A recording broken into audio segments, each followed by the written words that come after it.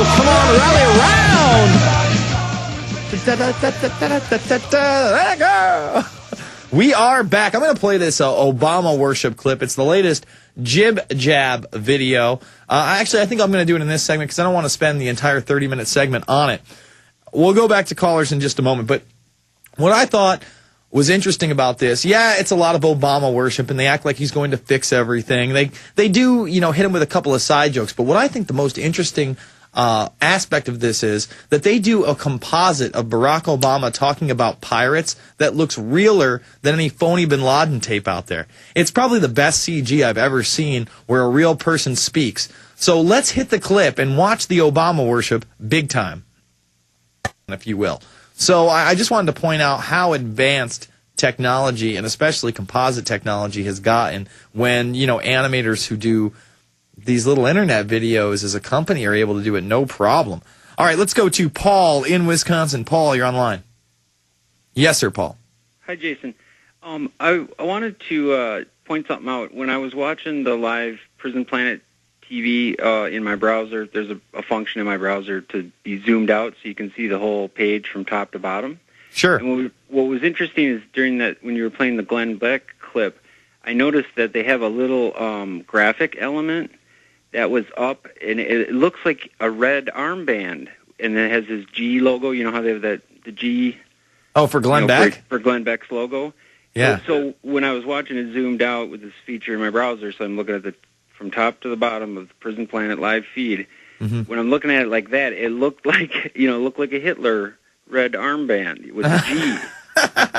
And who's wearing it? Roll it back and take a. Who's Glenn's wearing the? Yeah, well, okay, it's Glenn Beck's got that. He's got that. The little G logo. I know what you're talking about. Well, he had the whitish jacket on, and then there was a little graphic element that's chroma keyed over, and it's slightly transparent, and it's a little red rectangle, and then the G logo is on that.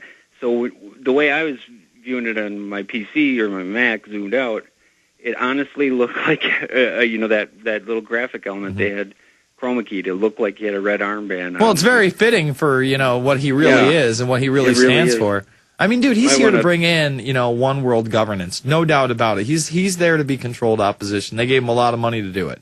I'll tell you what, he maintains an audience, at least in news. People might laugh about this, but if you look at the numbers, he does regularly a little over 500,000 a day on his TV show. That doesn't seem like much, but for 24-hour news, that's actually pretty big. And then you compare us. I mean, we get rid of 150,000 podcasts a day, so we're probably a little less than half as big when you look at it as Glenn Beck, and he knows that. He knows that the underground is growing and growing and growing, so he's trying to bite off that. Now, his closest competition in news is actually Chris Matthews. He does Hardball. He gets a little over 100,000 viewers. We're dominating Hardball right now.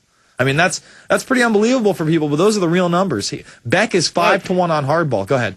Plus, you guys are telling the truth.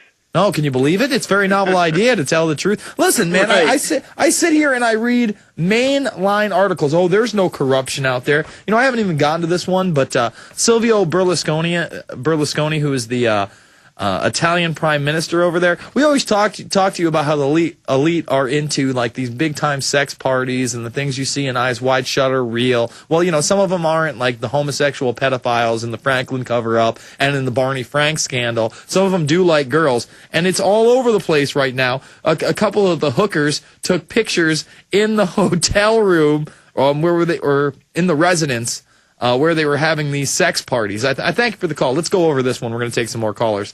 Let's see. The women, including Eastern European models, were recruited to attend at least 5 parties thrown by Mr. Berlusconi at his mansion in central Rome and his villa on Sardinia's exclusive Costa Smeralda La Repubblica newspaper claimed. Let's see. Giampaolo Tarantini, 35, is the guy who's abetting prostitution by recruiting models and call girls for the prime minister's private party. So he's got himself a private pimp. Okay, let's see. 2 young women taking pictures of each other in what they say was a bathroom in the Palazzo Grizzoli, the prime minister's private residence in Rome, during a party on November 4th last year. And they just put those pictures out there. The chicks are Lucia Rosini and Barbara Montriele, And I guess that they witnessed a third prostitute who was paid €1,000 to go to bed with the 72-year-old prime minister. And if you just watch videos of Berlusconi, I mean, he's literally more of a sexist figure to me than Howard Stern. At least Howard Stern admits who he is. Berlusconi, you type in Berlusconi on YouTube, and you can just see him grabbing ass after ass after ass. I mean, the guy is just an ass grabber, and he is very unapologetic about it. And it shouldn't shock anybody that they're having these elitist sex parties in Europe. Big shocker, I know, for some people, but apparently they don't exist. There's no corruption anywhere. Scott in Washington. Scott, you're on the line.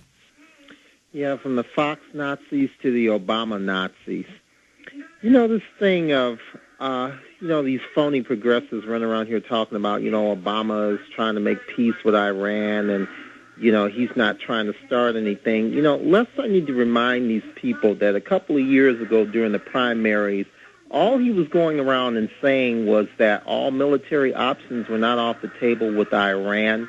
Mm-hmm. And then you remember in that, and I remember it this way because it's the guy who I supported for President Mike Gravel, when he blasted Hillary about her vote on that Kyle Lieberman Iran resolution, basically declaring their military a terrorist organization.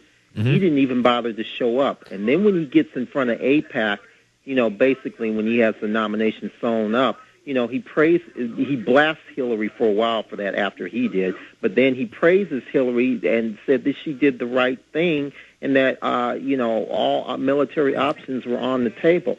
So yeah, exactly. Hillary Clinton was the first one to say that all military options were on the table for everything in the Middle East.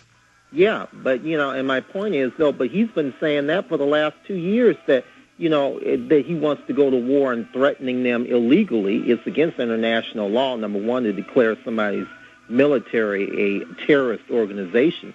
But he's been saying this for the last 2 years. And I was listening to Paul Craig Roberts yesterday on Alex Jones's show, and I'm sitting there thinking, in a sick, twisted way, that would make sense that they're trying to stage a fake revolution and then go in and say, oh, well, it didn't work. Now we got to go in and invade them. And then, well, it's making the international media all over the place. I mean, they're asking, are these, staged demonstrations? Is the United States attempting to destabilize the region? And that is a great possibility. They want that Eurasian Union at all costs. I thank you for the call. And, I have not really looked into this as much, but it seems with the hype, and again, it looks almost the same as when Georgia snuck attacked Russia, and Russia was suddenly the enemy, and Georgia was this beacon of freedom in the region, this beacon of democracy, when anything could be further from the truth.